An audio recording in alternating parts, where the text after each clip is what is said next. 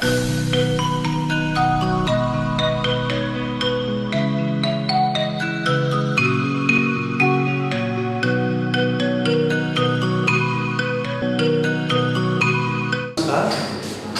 उपेंद्र कुमार पांडे, हिंदी अध्यापक, ज्ञान निकेतन के YouTube चैनल में आपका स्वागत करता हूँ।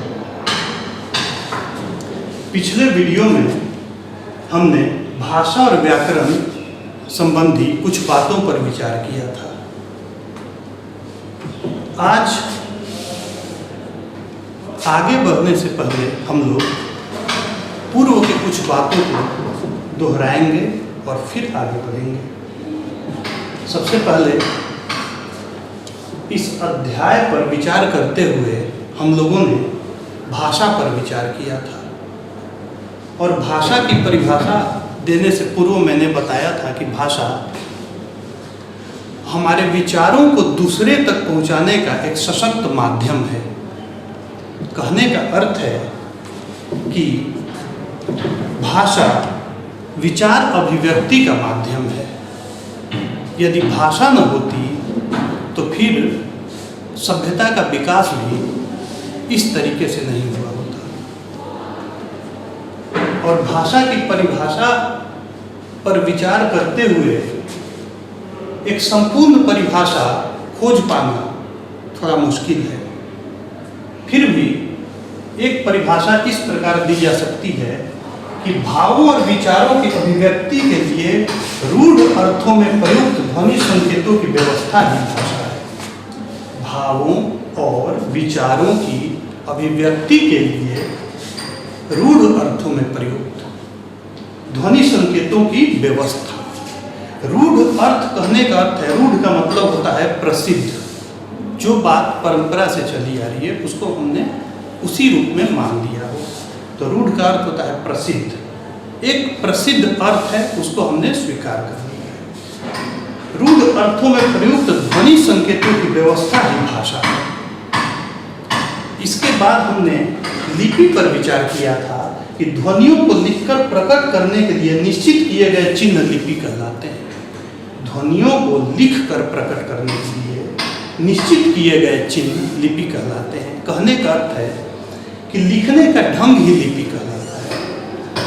आज हम उससे आगे बढ़ेंगे और व्याकरण पर विचार करेंगे कि भाषा और व्याकरण के बीच में क्या संबंध है।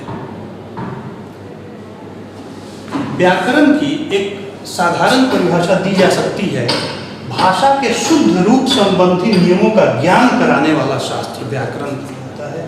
भाषा के शुद्ध रूप संबंधी नियमों का ज्ञान कराने वाला शास्त्र व्याकरण कहलाता है। यहाँ पर हमें एक बात ध्यान में रखना होगा कि व्याकरण कोई नियम नहीं बनाता।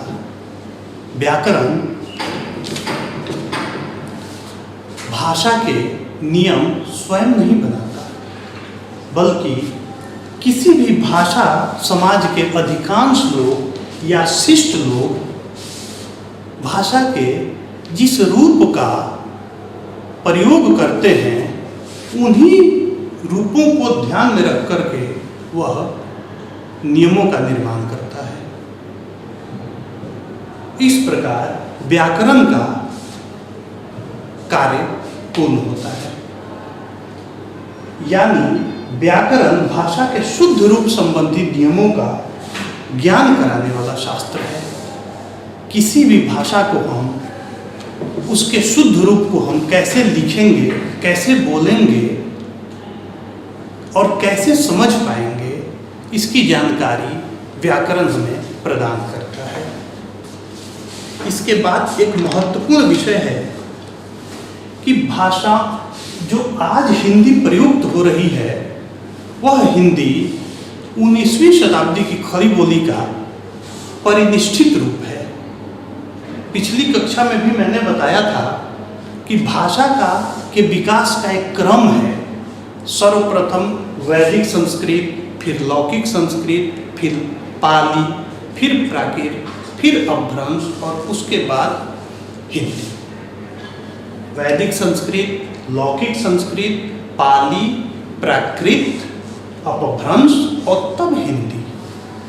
आज जिस हिंदी का प्रयोग हम करते हैं वह कालांतर से गुजरी है और तब जाकर के अपने इस रूप में आई है। इसके बाद हम लोग भाषा और बोली में हल्का सा विचार करेंगे कि दोनों में क्या अंतर है।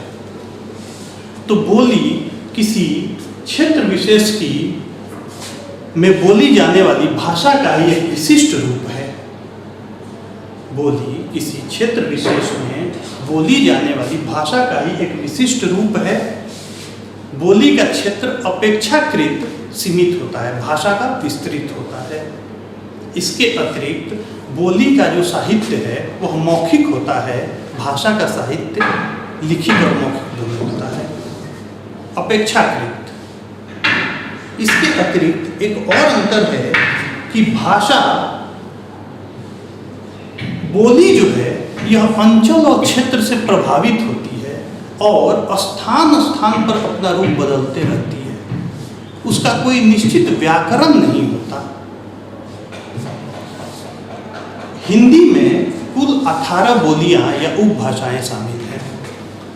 इनको क्षेत्र के आधार पर 5 भागों में बांटा जा सकता है।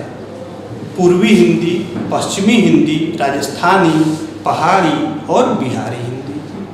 पूर्वी हिंदी, पश्चिमी हिंदी, पहाड़ी, राजस्थानी और बिहारी। पूर्वी हिंदी के अंतर्गत अवधी, बघेली और छत्तीसगढ़ी आती है। अवधी, बघेली और छत्तीसगढ़ी। पश्चिमी हिंदी के अंतर्गत खड़ी बोली, हरियाणवी, कन्नौजी, बुंदेली और ब्रजभाषा। खड़ी बोली, हरियाणवी, बुंदेली, कन्नौजी और ब्रजभाषा। राजस्थानी में मारवाड़ी, मेवाती, मालवी और जयपुरी। मारवाड़ी, मेवाती, मालवी, जयपुरी। पहाड़ी हिंदी में गढ़वाली, कुमाऊनी और नेपाली। पहाड़ी हिंदी में 3 बोलियां शामिल हैं। कौन कौन सी? कुमाऊनी, गढ़वाली और नेपाली। और बिहारी हिंदी में मैथिली, मगही और भोजपुरी। इस प्रकार से हिंदी भाषा में कुल 18 बोलियां शामिल है। इसके अतिरिक्त 14 सितंबर 1949 को हिंदी को भारतीय संविधान ने राजभाषा का दर्जा दिया था, इसलिए हम हिंदी दिवस मनाते हैं। तो एक और अंतर जो भाषा और बोली का है कि जब तक बोली को संविधान की 8वीं अनुसूची में स्थान नहीं दिया जाता तब तक वो बोली ही रहती है। जैसे 2003 में 4 बोलियों को भाषा का दर्जा दिया गया, डोगरी, बोडो, संथाली और मैथिली। इसलिए आज की तारीख में ये चारों बोलियां भाषा बन चुकी हैं। अगली कक्षा में हम लोग नवीन संकल्प के अध्यायों पर विचार करेंगे। धन्यवाद।